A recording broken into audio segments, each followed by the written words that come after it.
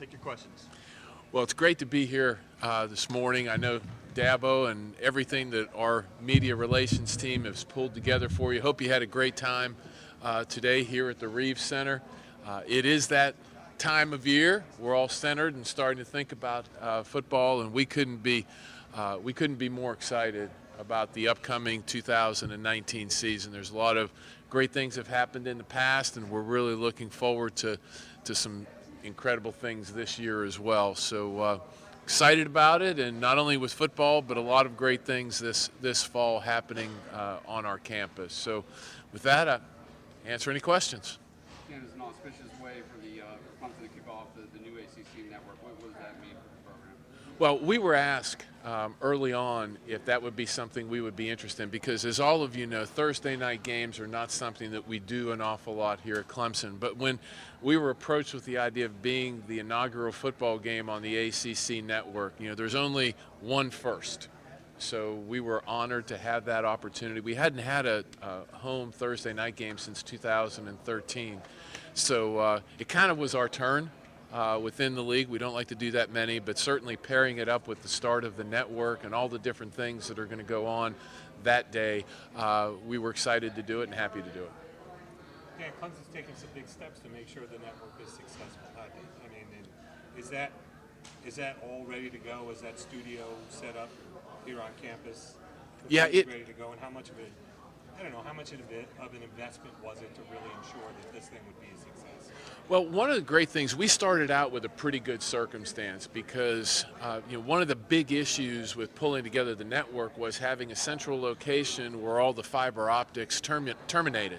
So we had that inside of Jervey. So what we ended up doing was just basically gutting the inside of Jervey and creating the studio there. So it's incredibly functional. We have two studios, full studios right now. We have an audio room. We have another spot to do some of the great graphics and showcases that our folks do. We'll have a third studio so that we'll be able to do 3 broadcasts at one time. So I think our total investment is probably somewhere in the $4.5 to $5.5 million range, but we started out at a good spot. There's a lot of folks inside the ACC that did not have that good starting point, but we did, and we're excited about it. Rick Bagby and his staff are really looking forward to not only, they've done a great job year in and year out. I got to give Rick and his staff a lot of credit. You would watch a broadcast of one of our baseball games, for example, and you'd flip over to maybe another network linear broadcast. You'd be looking at ours on the digital and you wouldn't be able to tell the difference. They take an incredible amount of pride in how they put that out there, and I think that we're going to do really well as it relates to seamlessly moving into the linear broadcast of the ACC network. How much urgency or concern is there that the ACC is going to lock down those deals with the carriers that are still sort of in limbo? We've, as athletic directors and presidents, we've been warned that this is bare-knuckle combat. When you get down to the distributors and the providers, getting down to the last minute. So really have a great team at ESPN that's done this before. Their staff that is working through that are experienced. And as I think everyone here understands, ESPN's a partner on this venture. So they have great incentive to move forward and get this done, much like the Atlantic Coast Conference does. So we're looking forward to that. I think it'll be better in year 2 than year 1 as it continues to grow, and just because of where some of the distribution timing comes in. But we want to do our part and get it out to everybody within the Clemson family to be able to have them call their provider, demand the ACC network, do those things that allow them to watch the Tigers and the entire conference through that linear network. Dan, when you see the social media numbers and how it's just exploded the past few years, the following nationwide, what goes through your mind when you see those numbers now? Well, what goes through my mind is how fortunate we are to have the staff that we have here now, that we're really on the front lines of doing that 5 or 6 years ago. To be able to position Clemson and the great work that our football program has done to be able to help move that forward. I mean, we have a great staff here. We were a little bit forward-looking on all of that to make sure that we were ready for the success that happened, within our football program, and certainly from the social media side, whether it's the Twitter followers, Instagram, or now YouTube, which has become, I've been educated on this, YouTube has become an even bigger part of that external social media platform that we have. But folks like Jonathan Gant, Nick Conklin, their staff, Jeff previously to his new role, just incredible foresight to be able to position us to be able to take advantage of what has been an exploding industry. And there's been a lot of discussion about playoff expansion potentially. You're on the committee for a few years. What are your thoughts on potential expansion, despite Clemson doing pretty well under the current model? Well, we've been very fortunate to do real well under the current model. I think that as I listen to some of the collegiate commissioners, each year the teams that were in the Final Four go for a meeting with those folks in April to kind of debrief. And while we were only in there for a short period of time, there was a lot of talk about that. And the one thing that I took away from that meeting is, things are going to be different. Let's just rewind the clock back 10 years ago. They're different than they were 10 years ago. Rewind it 20 years. They're different than they were 20 years ago. So why would we think that 10 or 20 years from now it wouldn't be different? I think it will be. I will tell you, and the staff here, not only in the Reeves building, but our administrative staff, will tell you it's really difficult to get all of the people from point A to point B. And how we go about maintaining the logistics, or conquering the logistics is probably a better way of saying it. How we conquer those logistics will probably be problem one. Getting additional teams, getting venues, all those things, that's actually the easy part. But if we had a team from across the country, and we were actually, one model said, hey, you'll maybe have some of the teams host events in their stadium. Well, a team coming from far away into Clemson in December, when you don't have hotels and all those things kind of pulled together, that could be a challenge. So it won't just be for us, it'll be throughout the country. So a lot of those things to happen, but it was different before, and I think it'll be different in the future. Dan, a lot of changes on campus as far as the football facilities. You got some new intake building, parking changes. What are the fans looking at? What can they look forward to as far as changes coming into the football season? Well, probably the biggest change moving forward is, and I'll point you to this sign to my left, best is the standard, okay? If you go to an NFL game, a Major League game, an NBA game, an NHL game, you're going to walk through a metal detector to come into the stadium.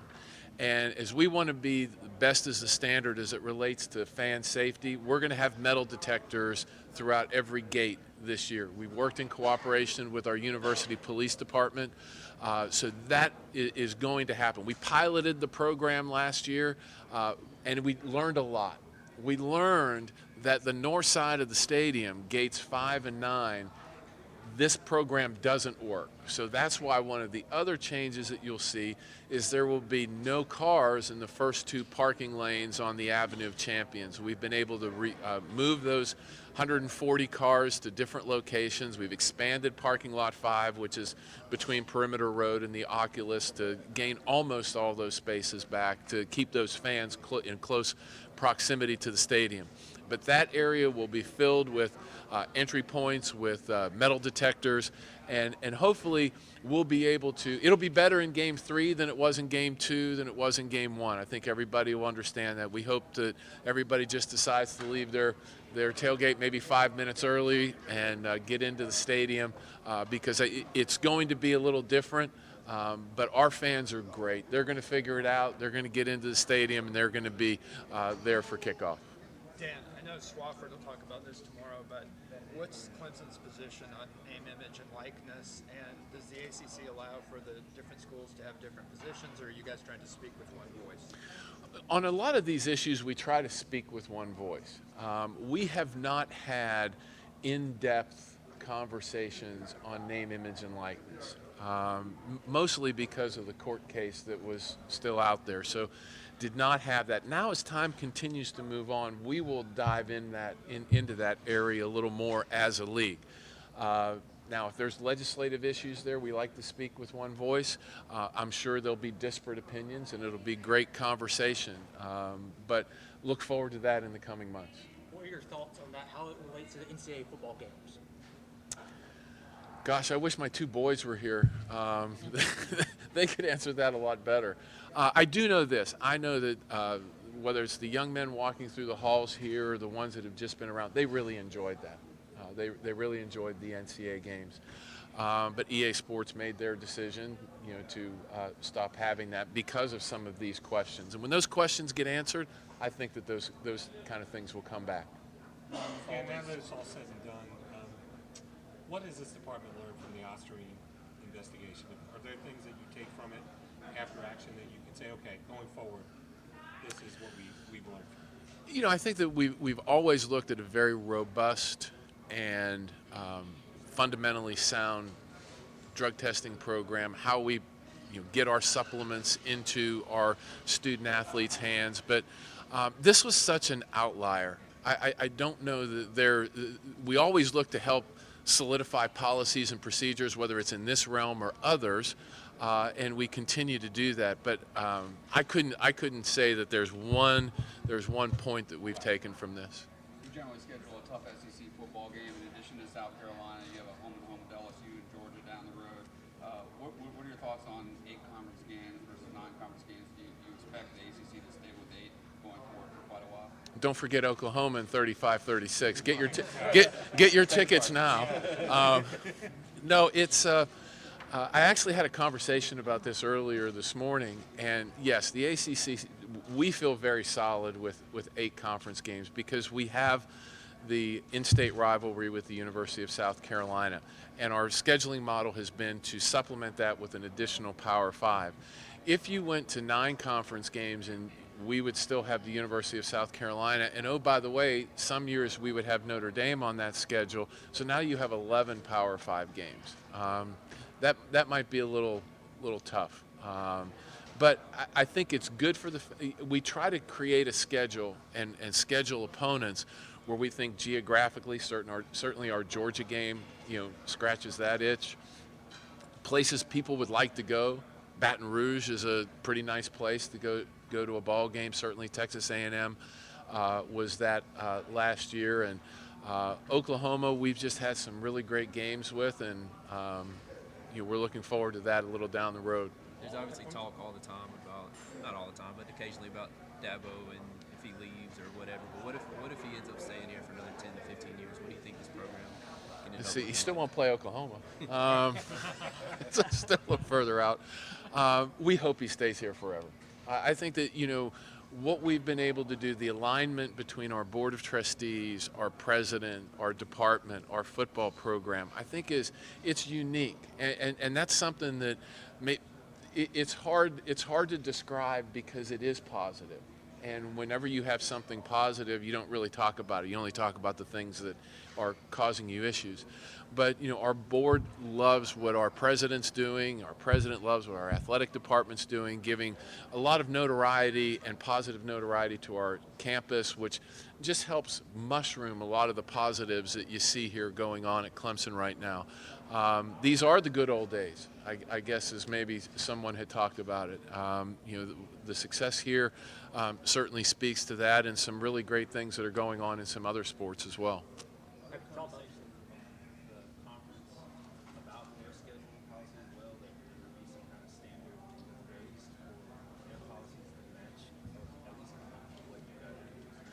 Each school looks at scheduling.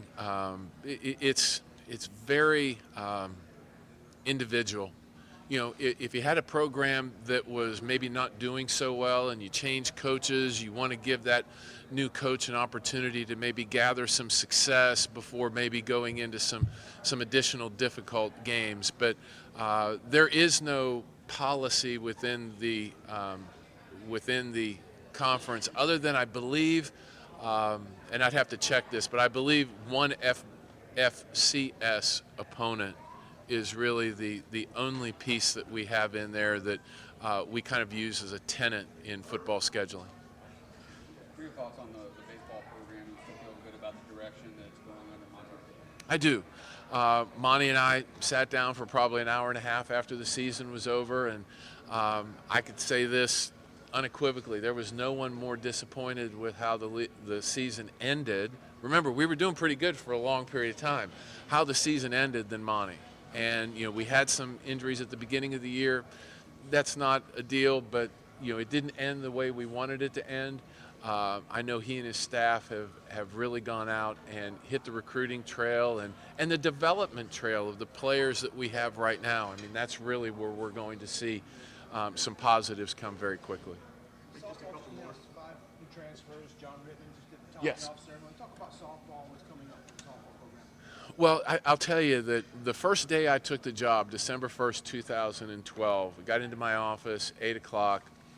8:30, I get my first email about when we're going to start a softball program. And it started that early. And every school that I'd worked at had a softball program. So I looked around and knew that there was great talent in South Carolina, knew there was great talent in Georgia, Tennessee, North Carolina. And it just took a little while for us to get everything aligned to be able to start a softball program. And with that all being said, next February, first pitch is going to be a lot of fun. The stadium's coming along well. John has pulled together a great staff. We're excited about it, and I think it can be a program that will be competitive in the Atlantic Coast Conference for years to come. Interestingly, the head coach at Florida State was a player for John at Stanford. And they've had tremendous success. Your quick thoughts on the job Brad and the basketball team did in there? Well, it's hard to describe what they did in Italy because it was it wasn't expected. Hey, we wanted to go over. We have all of these young players. You have John and Clyde with their injuries, and both of them are experienced players. Certainly Clyde here, John from Asheville.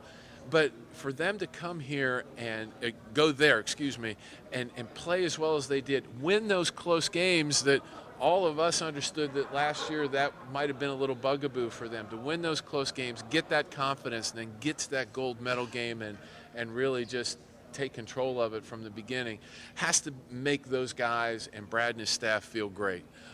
So I haven't had a chance to see Brad yet.